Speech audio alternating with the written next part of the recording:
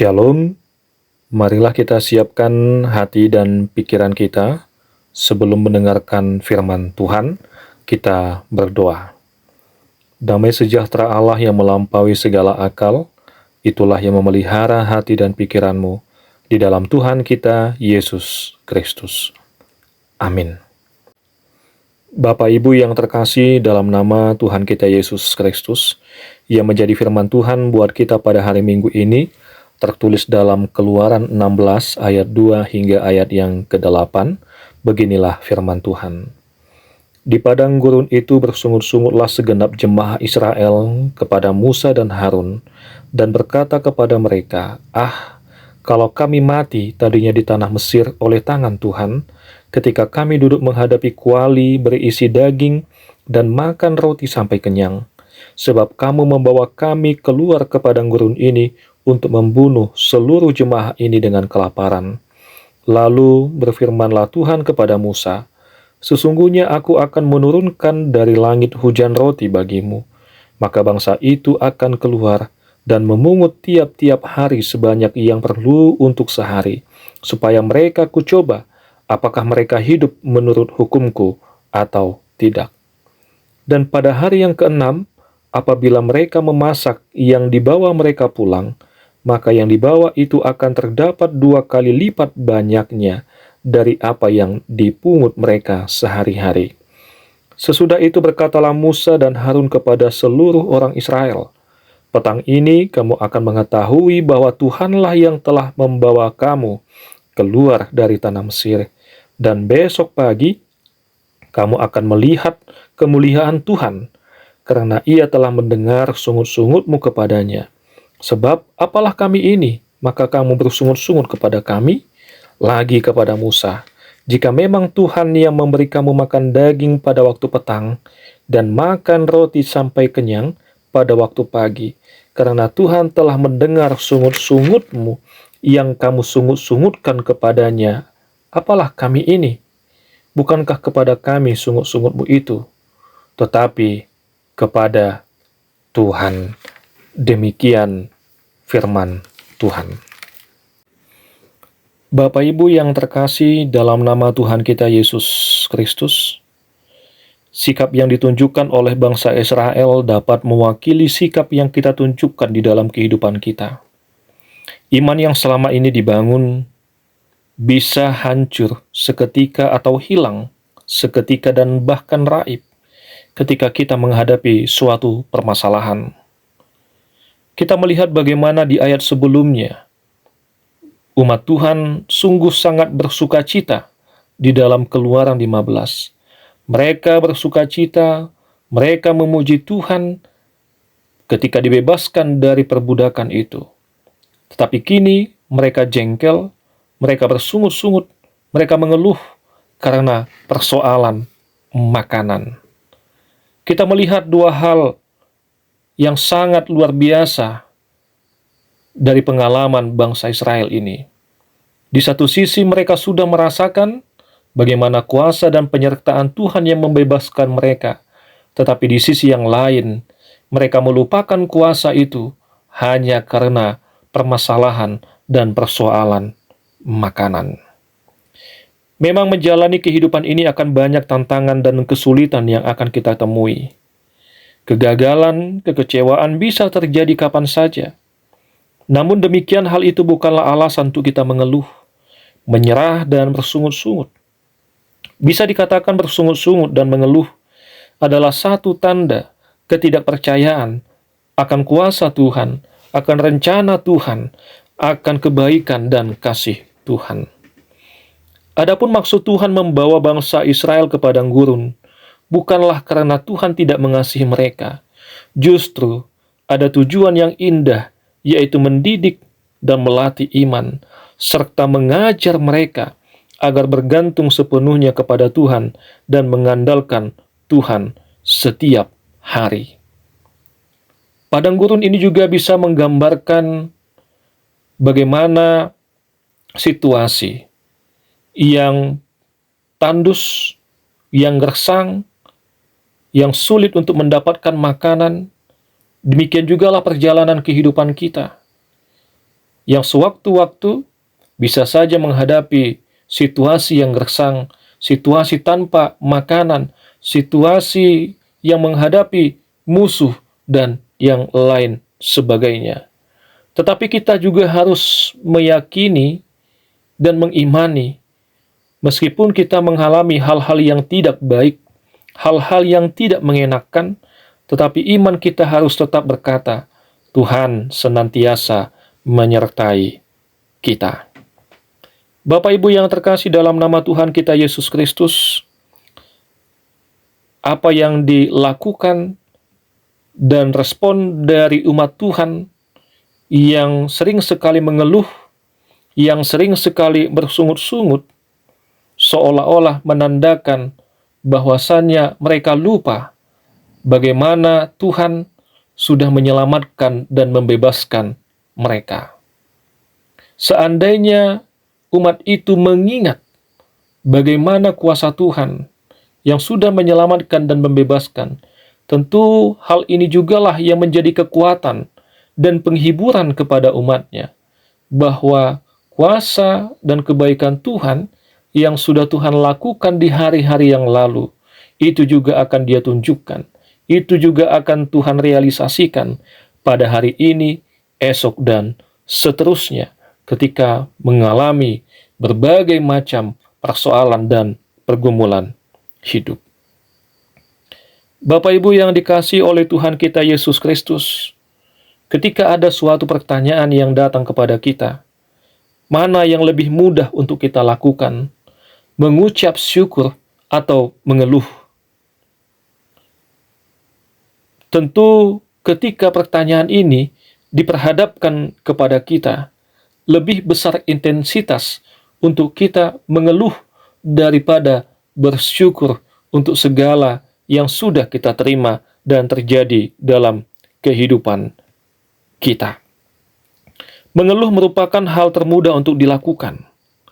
Bagi beberapa orang, mengeluh telah menjadi suatu kebiasaan. Jika kita termasuk kategori orang yang suka mengeluh, maka ketahuilah bahwa kebiasaan mengeluh tidak akan membuat situasi menjadi lebih baik.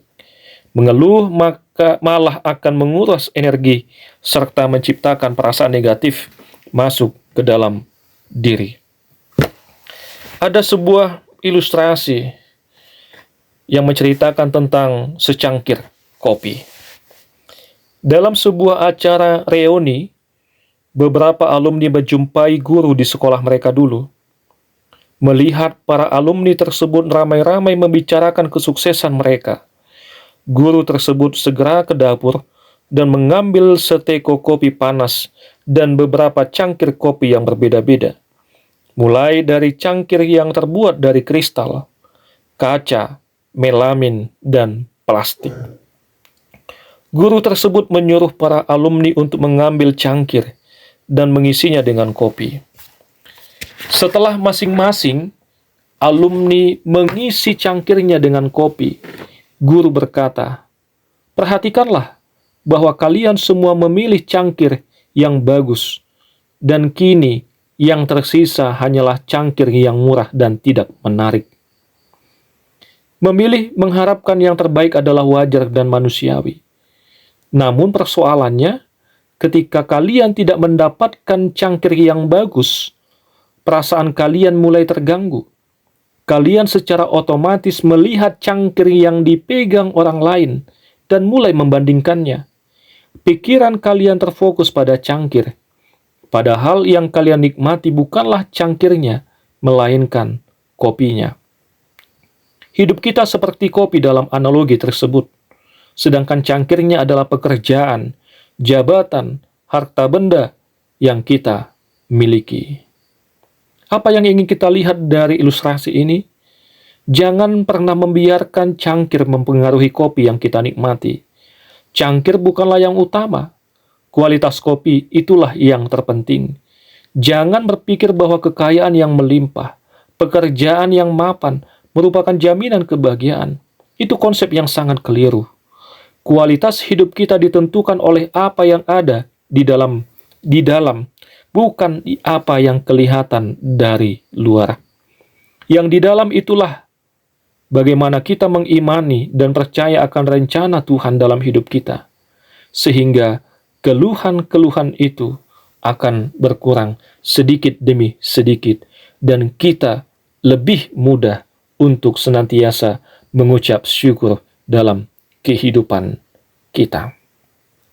Memang Bapak Ibu yang terkasih dalam nama Tuhan kita Yesus Kristus, permasalahan yang sering terjadi sering sekali memang membuat kita mengeluh.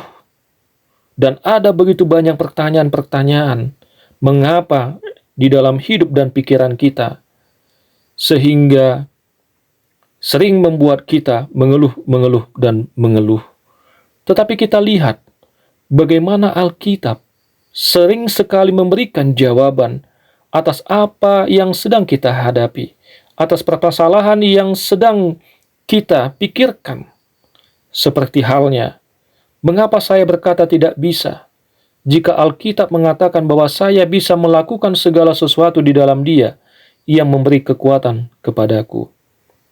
Mengapa kita merasa takut, jika Alkitab berkata bahwa Tuhan tidak memberi kita roh ketakutan, melainkan roh yang membangkitkan kekuatan, kasih, dan ketertiban. Mengapa saya harus membiarkan iblis menang atas hidup kita? Sementara di dalam Alkitab sudah dikatakan bahwa dunia dan iblis ini sudah dikalahkan oleh Tuhan. Mengapa kita harus depresi jika kita bisa berharap kepada Tuhan bahwa kasih setianya tidak habis-habisnya setiap pagi? Ada begitu banyak ayat-ayat Alkitab yang memberikan kekuatan, yang memberikan penghiburan, yang menyatakan bagaimana kuasa kebaikan dan penyertaan Tuhan. Inilah yang harus kita hidupi, inilah yang harus kita imani, dan inilah juga yang ditunjukkan oleh Tuhan melalui firman-Nya pada hari ini, di mana Tuhan menjawab semua keluhan, semua hal-hal yang membuat bangsa itu menjadi khawatir, yang membuat bangsa itu menjadi takut.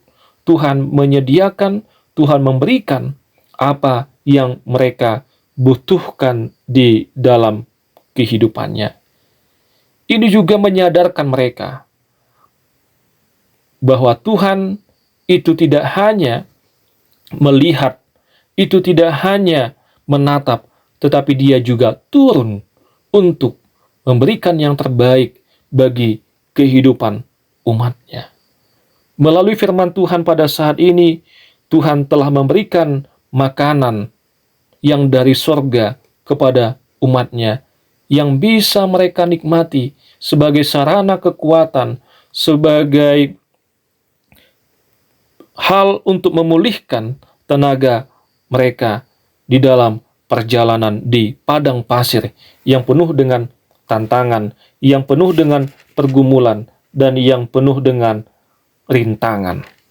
Tuhan memberikan ini supaya umat-Nya senantiasa mengakui, percaya bahwa Tuhan memberikan yang terbaik bagi umat-Nya.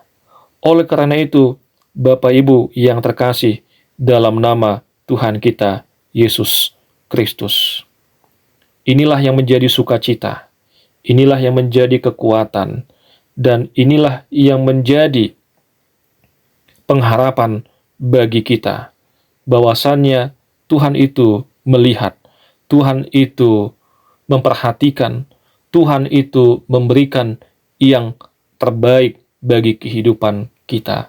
Dan itu sudah nyata melalui kehadiran Yesus Kristus di dunia ini, yang mana Dia adalah roti kehidupan, yang memberikan kehidupan kekal bagi umat yang menerima dan yang percaya kepadanya.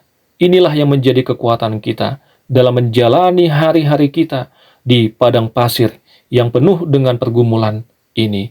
Oleh karena itu, Bapak Ibu yang terkasih, nikmatilah dan percayalah bahwa makanan itu, roti kehidupan itu, dan firman Tuhan itu, inilah yang menjadi asupan yang paling penting dan yang terutama yang harus kita imani, yang harus kita nikmati, supaya hidup kita senantiasa di dalam kekuatan dan penyertaan dari Tuhan. Amin. Tuhan memberkati.